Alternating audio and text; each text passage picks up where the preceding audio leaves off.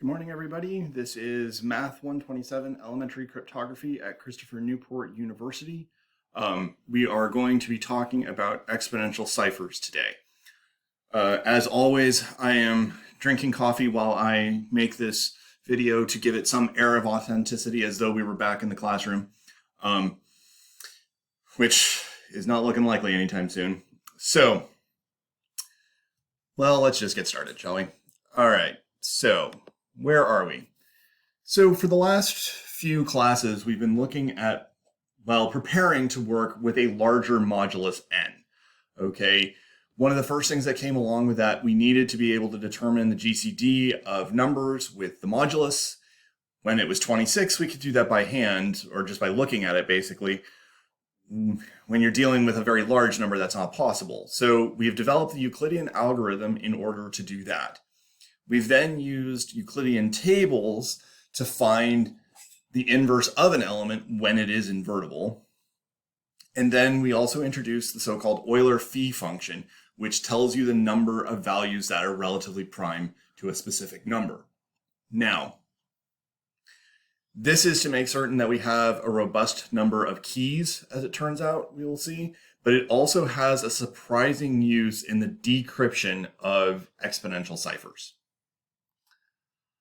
Okay, now from here on, we're going to be using Unicode values instead of 0 to 25. This means we're going to convert everything to Unicode using Mathematica, using either the to-character code or from character code commands. It also means that your ciphertext is now always going to be strings of lists of numbers.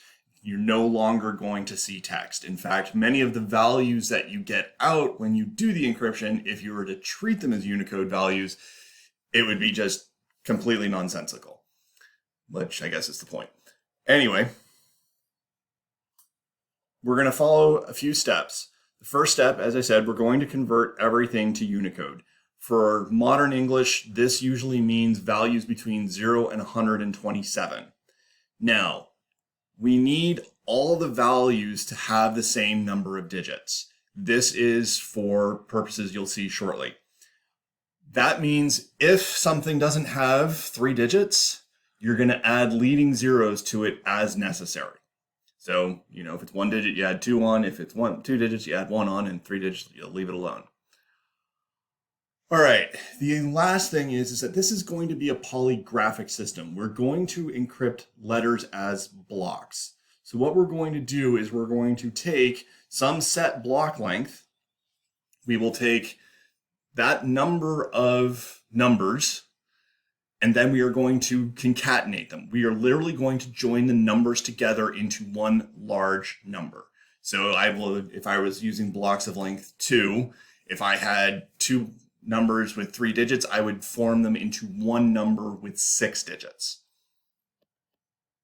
Okay, so to see an example of this, let's say we want to send finis coronat opus.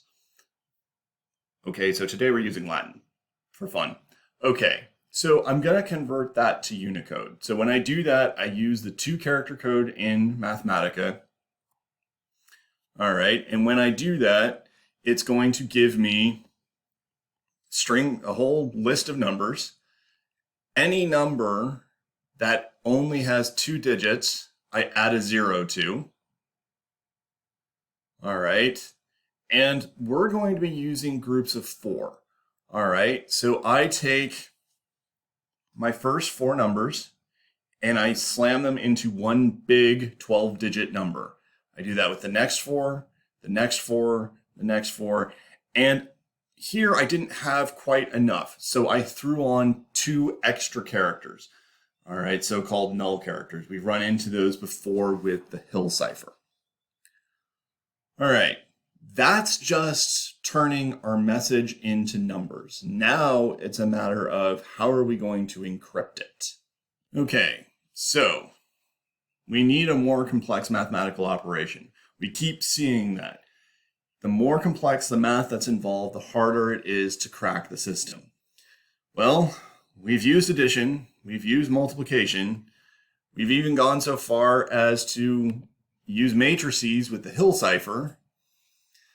If you think about it, there's really only one option left, we need to start using powers and exponentiation.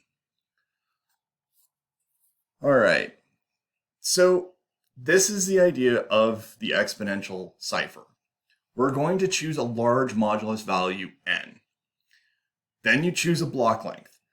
For our purposes, we're going to use a block length of 4. Actual modern encryption systems use block lengths of 128 characters, quite large, relatively speaking.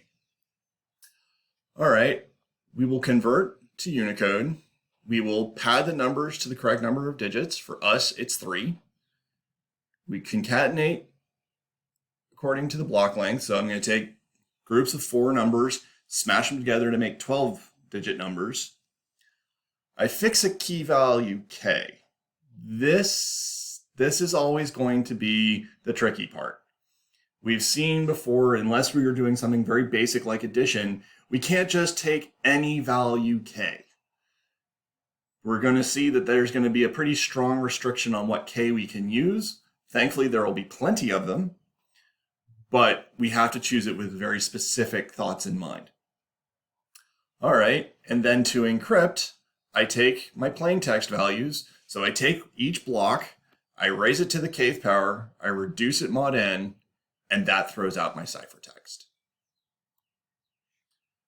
Okay, so for example, let's encrypt insert name with the exclamation point. We're going to use block of length 4. Our key value will be 7,919, and our modulus is going to be this number, which I am not going to try and figure out. All right. So to do this, well, actually, let's walk through it. So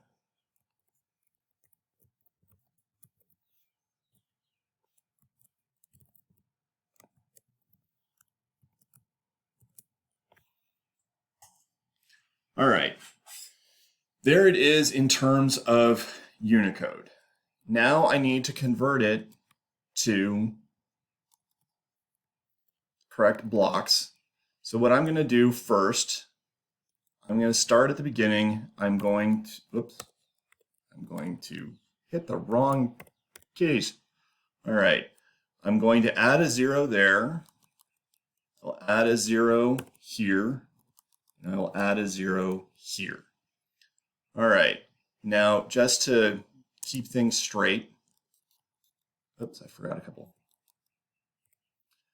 All right, I'm going to break it into blocks of 4, and conveniently, in this case, it's divisible evenly by 4. If it weren't, I would throw some null characters onto the end. All right, now I'm going to join all of these numbers together.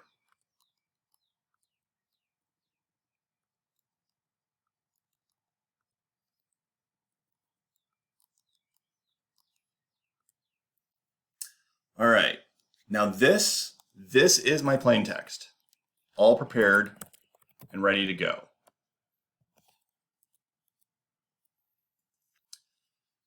All right, now Mathematica will strip off leading zeros. At this moment, that's not important. It's these interior zeros that were the ones that were important that we had to add in.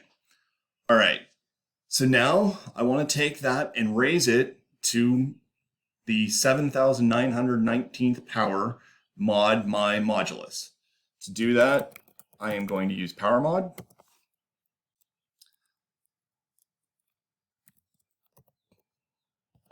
I'm raising it to this power mod, and I do not remember that number. 252 097 800 623. All right. And there it is. That is now my ciphertext. So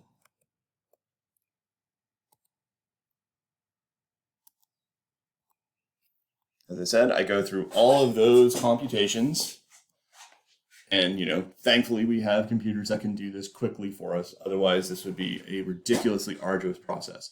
Though it does take some computational trickery to get a computer to compute large powers quickly and easily. Otherwise, you can eat up your processor. Okay, so there is our encryption. Now, as always is the case with cryptography, encryption's one thing, decryption's the other. If I can't decrypt it quickly, I'm going to have a problem. All right, so that gives us an issue. How are we going to decrypt this? Well, so far, when we've had to do things in modular arithmetic, we've taken standard arithmetic as our motivation. How do we mimic what happens there? All right, so we could try that here. Okay, if this were standard arithmetic and I knew that c was equal to p to the k, I would take the kth root. Yeah, that just doesn't work in modular arithmetic. Things don't have kth roots. When you think about it, most radicals, most roots you take give you some non-ending, irrational decimal. Okay, we don't have those in modular arithmetic. It has to be a perfect integer. Okay, so there is no analog to a kth root in modular arithmetic. So you would think this presents us with a problem, but it doesn't, because we have a handy little theorem. Okay, so this is where I said at the beginning of the video that the Euler fee is going to play a surprising role in the decryption of an exponential cipher. Okay, so there is this property. If I take any number with GCD1 with n, I raise it to the Euler fee of n, I get 1 every time. This is not an obvious fact. And, if you ever want to see why this works, you'll have to come take Math 370 with me or one of my friends in the department, and we can show it to you. But it is this remarkable fact. Okay, well, that means if I take a to any multiple of the Euler fee, well, this is like saying a to the Euler fee raised to the m again. Well, that's just 1 to the m. That's just 1 again. All right. So if I take one more power, I recover a. So if I take this thing, I raise it to this kind of expression, m times the Euler fee plus 1, I will get a. I'll get back what I started with. But that's the key to decryption. I need to get back to what I start with. All right, so here's what we do. We choose our keys very specifically. I have to choose my key k so that the GCD of k with the Euler fee of n is 1 as well. All right, it has to be invertible mod the Euler fee, not mod n. All right, if I compute k inverse mod the Euler fee, well, k times k inverse is 1 mod the Euler fee, which means that it is 1 more than a multiple of the Euler fee. So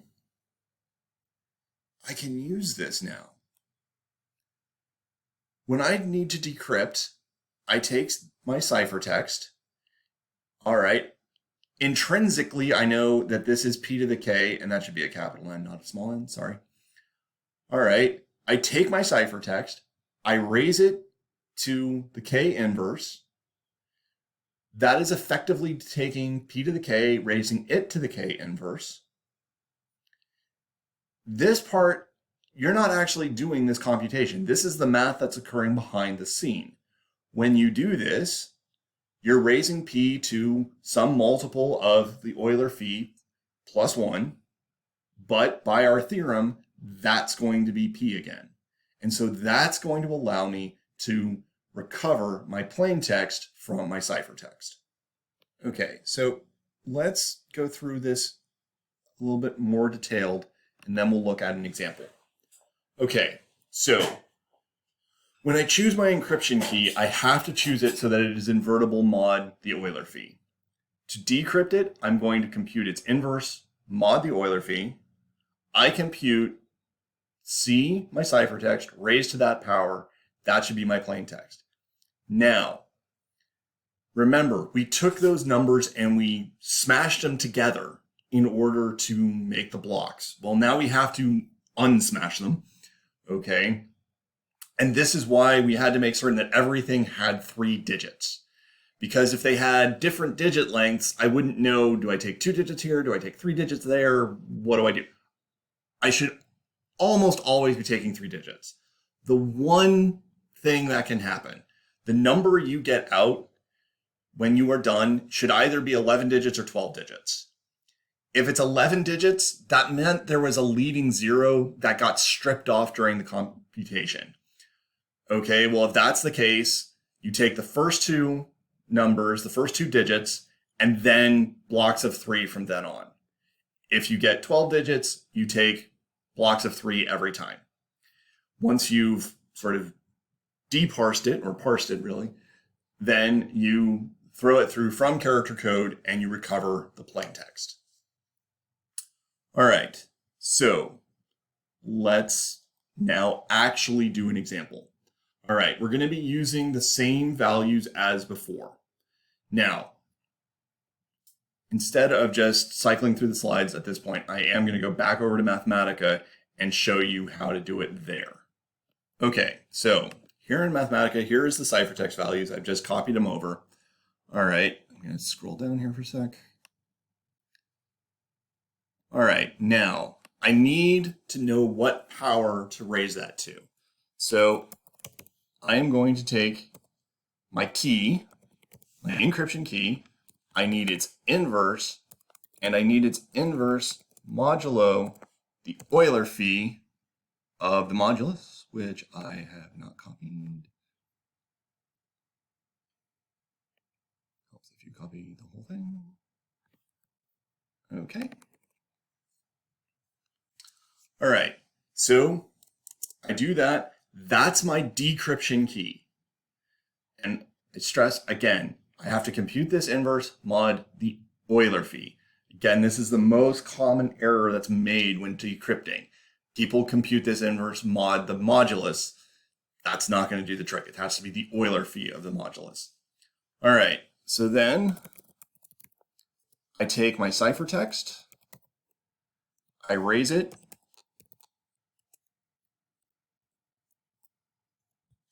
to my decryption key, modulo my modulus. Okay, now, when I get this out, now I need to turn it back into text. All right, so I'm just recopying it, so if I screw up, I've got a copy there that I can use. All right, so as I said, anytime you have an 11-digit number like this, it means there was a leading 0 that got stripped off. So my first digit is that, and then I take 3 digits. All right, this is a block of 12. So I do that, and in fact, I am going to add lines just. All right. Again, another block of 12, so I'm going to turn it into 4 blocks of 3. Likewise here and here. All right, and if all goes well, I should now be able to pull this back using from character code. And there it is. It's back where we started. Okay, great. Okay, so back in the slides, I'm just going to pretty much scan through these. This is what we did just now. in Mathematica, and when I wrote this up, I did all of these computations in Mathematica because I'm not raising things to the 87 billionth power. Yeah, no, sorry. All right, we do that, we get back what we started with, just like we were supposed to. All right, now a bit about the security of the exponential cipher. Okay, the exponential cipher is very secure, as it turns out. Number one, we're using large moduli. Brute force attacks are a thing of the past, okay? It's just not going to be possible. Most attacks that are out there, if you take your modulus large enough, they just become computationally too intensive to work. Doesn't mean it's impossible, so you usually layer it in with something else, but it starts to become a problem. Okay, this is the most important part here. Known plain text has been a big issue in a lot of our ciphers. Okay, if I've got plain text ciphertext pairs, then I can solve for the key. The great thing about the exponential cipher, if that were the case, so if I knew that something A got encrypted as B mod n, and I'm looking for this number here, I need the power that gets it for me. In standard arithmetic, if I wanted to solve this equation, I would need to use a log.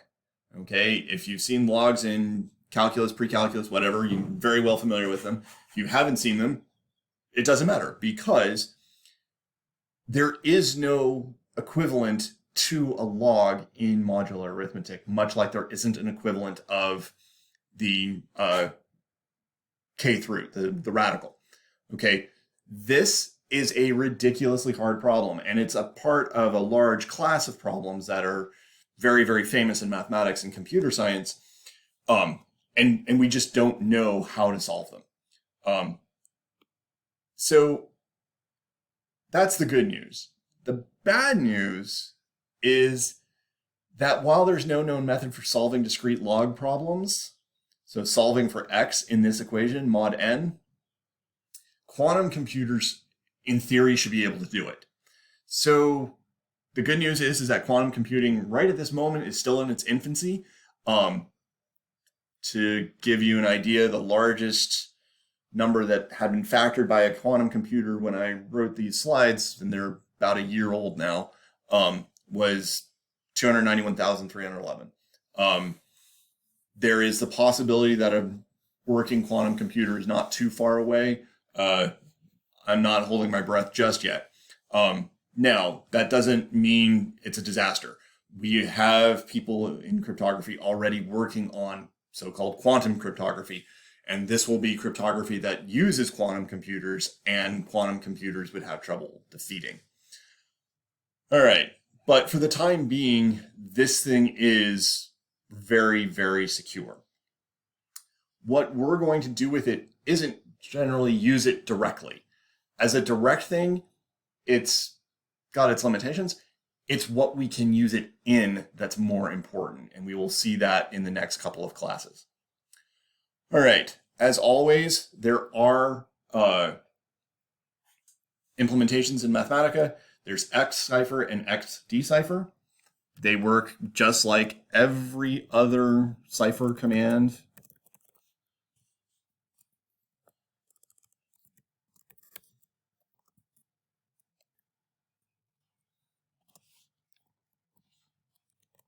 Oops, wrong one.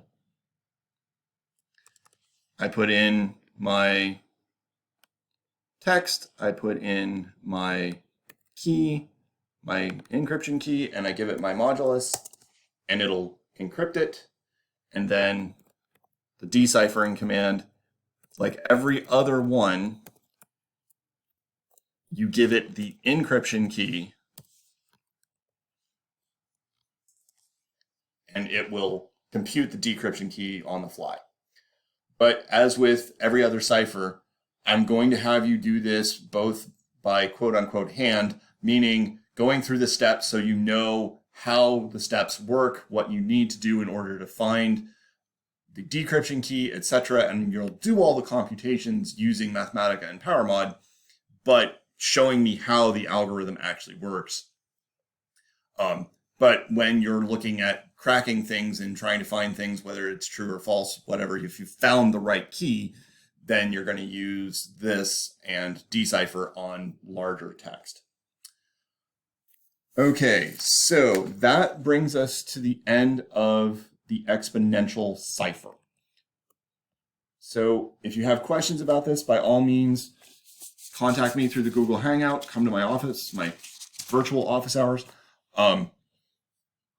This is the last of the first videos I'm making, in the sense of I'm still recording these prior to classes resuming. So please watch these, give me feedback, what you need, what more detail you need, anything like that, so I can put those in future ones. But this should at least get us through about the first week, maybe week and a half of classes when they resume. All right, folks. So I hope you understood that. As I said, feel free to contact me through the Google Hangout if you've got questions. Come to virtual office hours, and whatever you do, remember to wash your hands, because that's what we need to do. All right, bye.